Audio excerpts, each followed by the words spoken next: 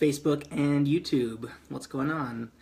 I'm going to give, you can see the headphones aren't on yet. We're going to give a few moments here for an audience to build here.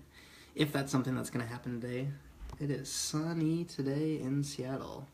Overexposure problems. Might have to tap the screen a few times. But while we wait, if you're watching this after it's been recorded, I shot a new video this week dropping some knife knowledge for those cooks of you out there. And so go ahead and check that out. I'm going to leave a link in the YouTube description. Otherwise, if you check out my Facebook page, that's there as well. But stay here because we got a lot of really great stuff that's going to get covered on the show today. And we will go live on the show now. Welcome to the Emulsion episode Trace, or 3 for all of you under a rock dwellers. I mean, who doesn't know what trace means? I've got a great show planned today. If you're new to this show, this is where I go through and give you some of my facts and opinions on everything that basically mattered to me in the last week of food, restaurants, chefs, fine dining, that sort of sphere that I live and breathe in. I sprinkle a little bit of random news that I found kind of compelling as well, just to make sure that you get yourself outside of that industry bubble that I find really important to do. Make sure you don't only consume that stuff in that sphere. So I stream these episodes live in various outlets. Facebook has kind of been my favorite lately, and then I save those videos and upload them to YouTube. So the best part of that for you is that if you have any questions while I'm chatting or you want me to talk about a story, live kind of gives you the ability to comment right then and there and make sure that you get included. Small audience size for the win. After that fact, I post this podcast itself to SoundCloud, where you can listen wherever you are in the world on your own time. So, I want to start with a comment from Sebastian, a good friend of mine that I used to work with back in Norway. He's a really curious and really skilled baker who commented, the whole wine thing in my eyes is overrated. It's like whiskey. You taste what you want to taste. I never met anyone who has the same taste profile while drinking it. And that was in reference to the last story that we covered here on the podcast last week in episode 2. And I have to agree here. It's a conversation that I've had with multiple familiar friends of mine that really struggle to justify doing a wine pairing, because what you taste is definitely not what I taste all the time. And sometimes it's even different from what my girlfriend's tasting when we go out together. So as far as the you taste what you want to taste thing, you should also do some research on the big wine tasting scandals where they do color drops in white wine. And they color it red and people taste different things. I think that's super interesting stuff. Kind of pairing psychology and the gastronomic experience. They're so interconnected, and I find it really fascinating how all that kind of culminates into an experience. So with that, let's get into the show. So first up, we have a heartbreaking story for me. And that's the news that Take Root, the acclaimed, one-of-a-kind, one Michelin-starred restaurant in Brooklyn, is going to close its doors on March 17th. And this really struck me because I actually had the opportunity to go here in September, and I had a really solid meal there. But what's so special about it is the structure. So they've got 12 seats, and there's 2 people on staff. You heard me right. 2 people run this restaurant. So it's Elise Cornack and her wife, Anna Hieronymus, if I'm pronouncing that correctly. Just those 2.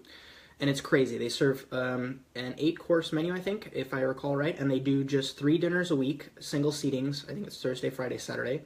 And you literally feel like you're sitting in their house. It's super cool. They have like kind of a bar where you can have a small window into the kitchen and watch Elise work. And then Anna will come pour wine at your table. Super fun. But if you remember the James Beard Awards that we talked about last week, they got a nomination in there, and in addition to the other great awards that they've got, they're just super humble about it all. I remember eating there, and you kind of have to walk down this hallway to get to the bathroom, which is kind of in the corner of this back room, and on the wall in that back room is their Michelin star plaque. There's zero ego in this restaurant, and that's what made it so fun to eat there. Elise would come up to the table afterwards, and she'd chat with you, and then Anna would chat with us the whole time, but then you also have this kind of like sense of urgency about them because they can't stay at the table because there's like, if you're 2 people, there's 10 other people sitting there that need their attention, or one of those 2 people's attention, because they don't have any other staff on staff. As for why they're closing, they feel stagnant. So I'm quoting Elise here. We feel that the project is over. There's no way to continue to grow, end quote. So the couple's going to move to upstate New York to kind of get out of the city a little bit, and I'm quoting now from Grub Street, the article, to reestablish their personal relationship. Another reason why I don't date someone that's in the industry. I can't even imagine what that's like, not only opening a restaurant like that with your partner, your significant other, but also them being the only person on staff. But the last part of this story, and the part that I really want to highlight here, because it's such an unfortunate and honestly sad point, that kind of has to get brought up, is the issue of gender and sexual orientation. And to make sure you get the facts, I'm going to quote the Grub Street piece here and Elise herself. Cornac and Hieronymus have always been open and clear about their marriage, and sadly they believe this contributed to the aforementioned negativity. So now I'm quoting Elise. We are gay women, and we understand what treatment feels like when we feel marginalized. I can confidently say that there have been a handful of experiences that very much made us feel that way. It does not go without saying that I'm a masculine-presenting woman. I look gay according to how people would stereotype a gay woman. End quote from her. Back to Grub Street. Customers have asked Hieronymus, her wife, if her husband is the chef, and refused to touch the food after meeting them. And this isn't something that I'm going to indulge in because, yeah, I shouldn't have to. Female, straight, purple, gay, blue, male, they did a remarkable thing with Take Root, and that's really what matters.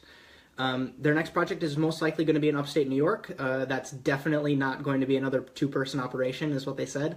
But they want to emphasize that Take Root was a success. And now I'm quoting Elise again. It's incredibly easy to manage in terms of finances because it's such a small place. You only have one seating. You don't have to do lunch, stuff like that. People are always wondering how we make money. We got a space with low overhead. We don't have to pay anyone except ourselves. It's wonderful to build a reputation and express your creativity without having the stress of running a full-time restaurant. The model definitely can and should be replicated. It's just that after 4 years, we're done. So, next up, we've got a pretty cool piece of, I'm not sure if you'd call it gear or tech, but it's a straw coming from who else but McDonald's. They dropped a two-tone Shamrock Shake this year. That was chocolate on the bottom, I think, and mint on the top, so it was a two-tone thing, and they were like, hey, what's the point if you've only got one hole in your straw to enjoy this from? So they brought in engineers from NK Labs and Jace Design, and they grappled with the apparently numerous challenges that face shakes, so melting, changes in viscosity, and volume levels, so you're not always drinking from a full cup. So they used some 3D printing to make this kind of J-shaped, snorkel-looking straw.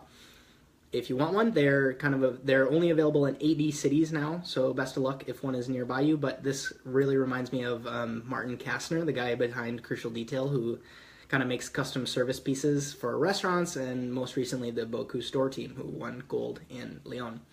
I'm sure he really got a kick out of this because he gets asked all the time questions like, we have this dish we want to do, but we can't do it without blank. The next thing I want to talk about is the news that 11 Madison Park, the 3 Michelin-starred powerhouse in New York City, is closing for renovation. On June 9th, they plan to close the restaurant and renovate for the first time in almost 20 years. Daniel Hume said something along the lines of, we're still working out of Danny Meyer's brasserie. Apparently there's a Molteni French stove coming in, but there won't be a ton of cutting-edge electronic gear in the new kitchen, whatever that means. I'm not really sure. Brad Klopfil is the designer that's planning on kind of designing something that's got more of a symmetrical and central focus. So rugs on the floor, more of that gray, blue, green, gold color palette. I think I'm referencing a New York Times article. Yes, I am. And he's not really going for something that's really out there or outrageous. If people are startled, I will have failed. It was the quote from that article. They're going to ramp up the bar area as well. From what I noticed when I got the opportunity to eat there in September, one of their main sells was the little cocktail trolley that did some really solid signature cocktails at the bar in the corner of the room there, just as you walk in. So with any as with any renovation, you've got to kind of think about what your staff is going to do when the walls are getting smashed down. So the team thought, what do New Yorkers do in the summer? They go to the Hamptons. And that's the plan here. It's going to be called EMP Summer House. It opens in late June, and it's a indoor restaurant with a dining room under a tent with picnic tables for large format dinners like lobster boils. They're literally going to cart the equipment that they don't need from Manhattan up for the project, and if you want a spot, tables go live on May 1st. The problem is you can only pay with American Express. It's the only card that they're going to accept at this little pop-up that they're doing, because American Express is their partner for the whole project. If you get a chance to eat now at the place that they're currently in, they're doing an 11-course, $295 tasting menu of more or less their greatest hits to kind of commemorate the closing of the current space. And after the renovation, the pair of Daniel Hume and Will Gadara say that they're looking forward to making, quote, the restaurant truly our own. Next up, awards. This was a big week for a lot of restaurants all over the world. San Pellegrino did its World's 50 Best in Asia, and to be honest, I'm not really going to cover this story so much because I don't have a huge grip on what's happening in the Asian restaurant scene, but it's a massive area. There's a slew of really great places, but the point that stood out to me, there's several. So Gagan kept his number one spot for the third year in a row. Narisawa, he was number two. He was thought of to hopefully get to number one. He dropped to number 6, which is a little bit crazy. And Den, a place that gave me definitely one of my most memorable experiences of my life, is number 11 on the list this year. I was talking with Chef Chris from Lisvaka, and he told me that he had a really good meal at Bo Lan and really recommended Nam. There's definitely a few places on this list that I'll consult a little bit on my upcoming trip to India, Thailand, and Singapore, but honestly, I'm just super pumped about the street food. But what I really want to talk about here, awards-wise, is the Nordic Michelin Guide. That was actually released this morning. I have great timing with this Wednesday podcast thing. But here's what you need to know. No, Lisvaka didn't get a star, damn it. But a lot of other great places did. The guys from 108 in Copenhagen got a star this year. A place called Koks on the Faroe Islands got a star. It's the first restaurant in the Faroe Islands to get a star. Finland didn't really have any changes to their rankings. Only 4 restaurants have a 1-star rating there. Big ups to Iceland. Dill got a star there. Crazy, because Hubert and I actually had a reservation there for my trip in January, but because he bailed and I went a little bit crazy in Spain on the meals, I didn't really want to go by myself, so we canceled that table.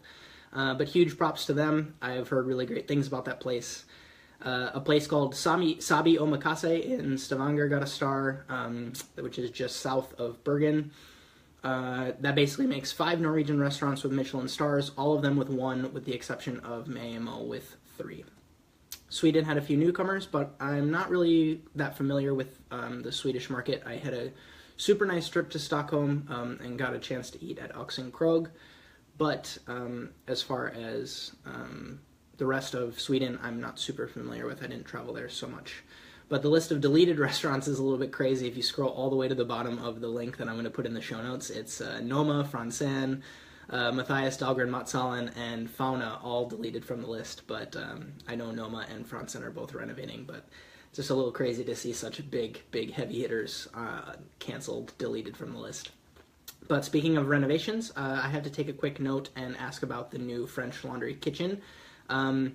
I was there back in 2013, but does anyone think the new kitchen looks really sterile? I definitely understand the update because we would literally work off of like the same cutting board sometimes in that kitchen. You'd have two people at one cutting board prepping.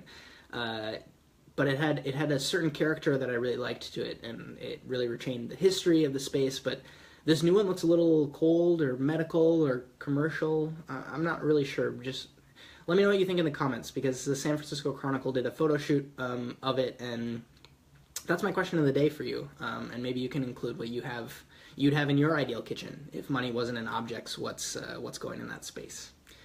Quick change of pace. Facebook advertised this morning you can't really see that well on the screen, a bag that is a backpack that is designed to hold your knives, your equipment, by a company called Tillit. I found it on my research looking for more information for the stories, but it's black. It's got a little bit of leather detailing on it, but it's a pretty inconspicuous looking backpack that's kind of designed to hold your laptop, your tablets, pens, doodads, as well as your knives. So it can fit 4 pieces up to a 15-inch chef's knife plus 3 7-inch chef's knives.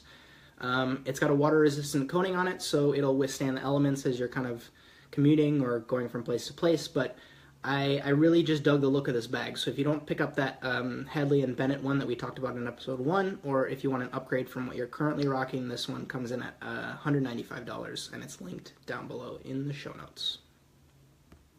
Next up is a restaurant project that I want to cover because it really caught my eye and piqued my interest creatively into kind of what a restaurant can be. So Jordan Khan, the chef you probably know from Red Medicine in LA, just released info about his experimental restaurant called Vespertine. It is a, get some numbers thrown at you here. So it is a 22-seat, $250 tasting menu, and it's served twice a night. So he's going to do 2 seatings. And what's cool about it is that Jordan Khan is partnering with an architect as well as a fashion designer, a Japanese potter, a Japanese jewelry maker, to make something that's uniquely creative and expressive for him. So as far as what's on the menu, Jordan said, no pureed dots, no crumbles, no nasturtium leaves, and absolutely no rampant fermentation. Which is super refreshing to hear, right? Because when I write menus, which I've kind of been doing therapeutically once a week just to keep myself sane and in it a little bit while I'm outside of a restaurant, I find myself questioning those same moves that have almost become cliches, right? Like the dots and the piles of crumble and stuff like that. So it's cool to see him really embrace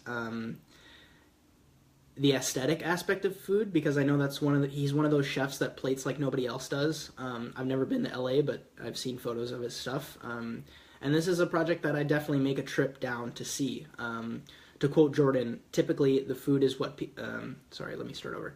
Typically the food is what propels these kinds of restaurants, but in this instance, the food is trying to catch up with the rest of it. I'm going to leave a link to the article where they include kind of a trailer for the whole project, and it's very dramatic. It has music by who is the artist? I'm going to look it up. This Will Destroy You, which is kind of... It's just interesting. You need to see it.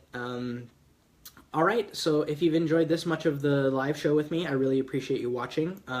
But to do our last story, industry and not industry related, which is all about Instagram, I'm going to go rogue here. I'm going to switch the live stream off from Facebook and go live on Instagram. So podcast guys, just give me a moment to get all set up. Facebook and YouTube, thanks for watching.